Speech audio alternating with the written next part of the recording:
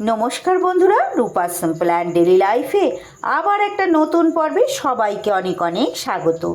আজ শেয়ার করছি সম্পূর্ণ নিরামিষ কুমড়ো শাকের বাটি চচ্চড়ি। একদম অতি সাধারণ একটি রেসিপি, কিন্তু খেতে অমৃত অমৃত। এতটা সুস্বাদু হয় যে ভাতের প্রথম পাতে নিয়ে এটা দিয়েই পুরোটা ভাত খাওয়া হয়ে যাবে। শুধু বড়রা নয়, ছোটরাও খুব খুশি হয়ে খাবে। তাহলে চলুন কিভাবে এই অমৃত স্বাদের রেসিপিটি তৈরি করলাম দেখে নিই। পুরোটা দেখার অনেক অনেক অনুরোধ রইল সকলের কাছে। যেহেতু কুমড়ো শাকের বাটি চচ্চড়ি, তাই কুমড়ো শাক তো লাগছেই। শাক বলতে এখানে একদম বেশ কচি কচি কয়েকটা কুমড়ো পাতা আমি নিয়ে নিয়েছি। একটু কচি কচি পাতায় নিতে হবে। উষ্ণ গরম জল করে আগে আমি ঠান্ডা জলে ধুয়ে নিয়েছি ভালো করে। পাতা এপিট ওপিট সুন্দর করে পরিষ্কার করে দেখে নিয়েছি, কোনো যাতে পোকামাকড় না থাকে। তারপর উষ্ণ গরম জল করে এইভাবে ভালো করে কিন্তু ভিজিয়ে বেশ কিছুটা সময় এইভাবে পরিষ্কার করে আমি ধুয়ে নিয়েছি। এইবার পাতাগুলোকে এইভাবে পরপর একটা একটা করে এইভাবে সাজিয়ে নিয়ে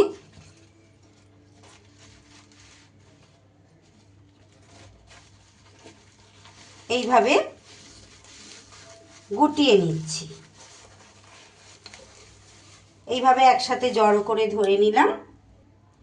নিয়ে আর কিছুই না বন্ধুরা, একটু ছোট ছোট করে আমি কিন্তু কুমড়ো পাতার এই ডাঁটিগুলোকে বাদ দিইনি, এগুলোও দিয়ে দেব, খেতে বেশ ভালো লাগে। ছোট ছোট করে এইভাবে আমি কেটে নেব। শাক আমি ছুরির সাহায্যে অফ ক্যামেরায় দেখুন এইভাবে ছোট ছোট করে কেটে নিয়েছি। এইবার এর মধ্যে দিয়ে দিচ্ছি অল্প পরিমাণ একটু নুন। নুনটা দিয়ে একটু ভালো করে হাতের সাহায্যে এইভাবে শাকটাকে কষলে নিতে হবে। যেহেতু কুমড়ো শাক একটু খসখসে, তো এইভাবে একটু কষলে নিলে বেশ সুবিধা হবে। যেহেতু এটা আমি বাটিতে রান্না করব, বাটি চচ্চড়ি, তাই অবশ্যই এইভাবে একটু নুন দিয়ে ভালো করে শাকটাকে চটকে মেখে নিতে হবে। সুন্দর করে দেখুন হাতের সাহায্যে এইভাবে চটকে মেখে নিয়েছি। এর জল কিন্তু ফেলে দেওয়ার কোনো দরকার নেই, তাহলে পুষ্টিগুণ নষ্ট হয়ে যাবে।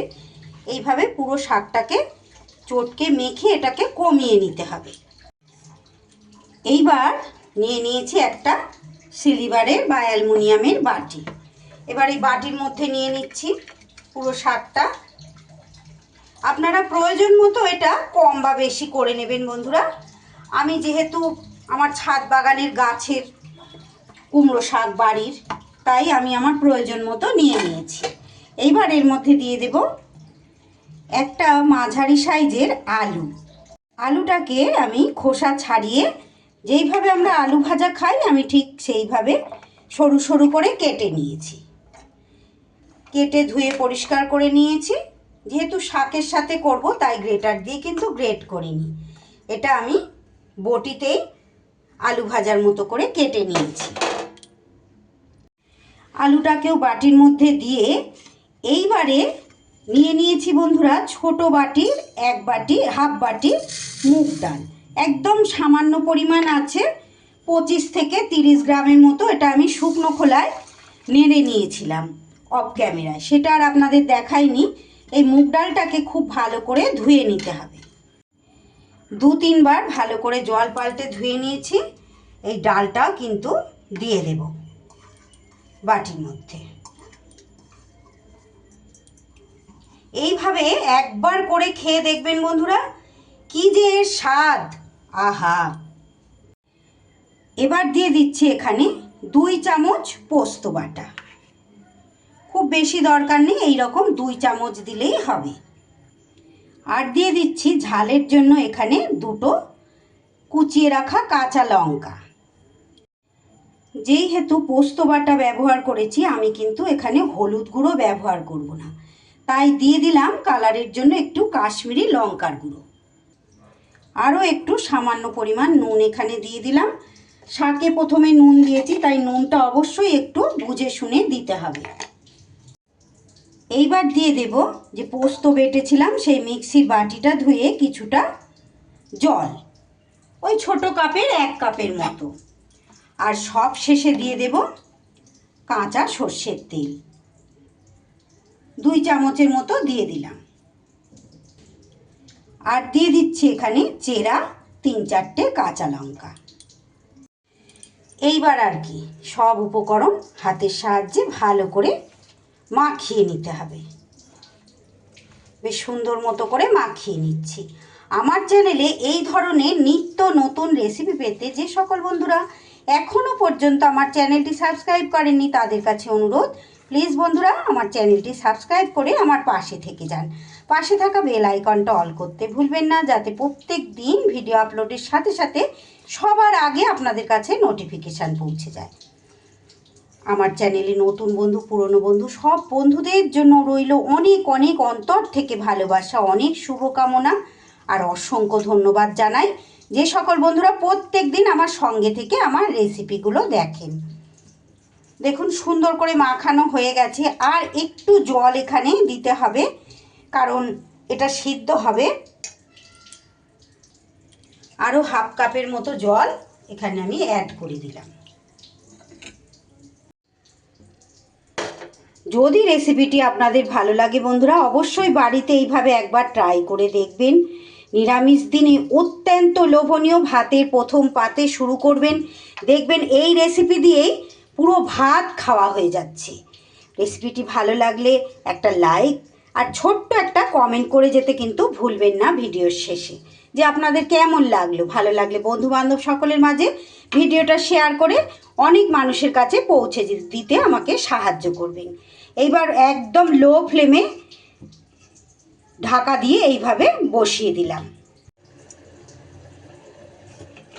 মিনিট 5 রান্নাটা করে নিয়ে আপনাদের একটু দেখিয়ে দিই বন্ধুরা। আমি মাঝখানে আরও একবার নাড়িয়ে চাড়িয়ে দিয়ে গেছি। দেখুন এদিকে আমার মুগ ডালও সিদ্ধ হয়ে গেছে, সরু করে আলু কাটা যেহেতু আলুও সিদ্ধ হয়ে গেছে, আর শাকও কিন্তু সিদ্ধ হয়ে গেছে। এই রকম ধরনের বাটি যাদের নেই তারা কিন্তু এটা কড়াইতেই করে নিতে পারে। কড়াইতে করলেও কিন্তু স্বাদের কোনো হেরফের হবে না। আর যদি রেসিপি ভালো লাগে প্লিজ বন্ধুরা একবার এইভাবে তৈরি করে খেয়ে দেখবেন। আর কতটা লোভনীয় লাগলো, কতটা ভালো লাগলো আমার কমেন্ট বক্সে জানিয়ে যেতে কিন্তু ভুলবেন না। এইবার এখানে আমি দিয়ে দেব ওপর থেকে ছড়িয়ে একটু কাঁচা সর্ষের তেল। এই কাঁচা সর্ষের তেলটায় ভীষণ সুন্দর একটা লোভনীয় স্বাদ হবে আর দুর্দান্ত একটা ফ্লেভার হবে। তেলটা এবার একটু মিশিয়ে নিলেই কিন্তু রেসিপি আমার একদম রেডি। যারা একটু মিষ্টি মিষ্টি খেতে পছন্দ করেন, যেহেতু এখানে শাক আছে, তারা চাইলে এখানে কিন্তু অল্প পরিমাণ একটু চিনি দিতে পারেন বা গুড়, যে ধরনের মিষ্টি খান। তবে আমি এটা একটু এরকম ঝালঝালি খেতে পছন্দ করি, তাই আমি এখানে কোনো রকম চিনি অ্যাড করব না। রেসিপিটি ভালো লাগলে লাইক কমেন্ট শেয়ার ও নতুন বন্ধুরা সাবস্ক্রাইব করে আমার পাশে থাকবেন। আজকের মতো তাহলে বিদায় নিচ্ছি, আবারও ফিরে আসছি এমনই কোনো সহজ লোভনীয় রেসিপির সাথে। ততক্ষণ আপনারা সবাই খুব ভালো থাকুন, সুস্থ থাকুন। সকলকে অসংখ্য অসংখ্য ধন্যবাদ এতটা সময় আমার সঙ্গে থেকে আমার পুরো রেসিপিটি দেখার জন্য।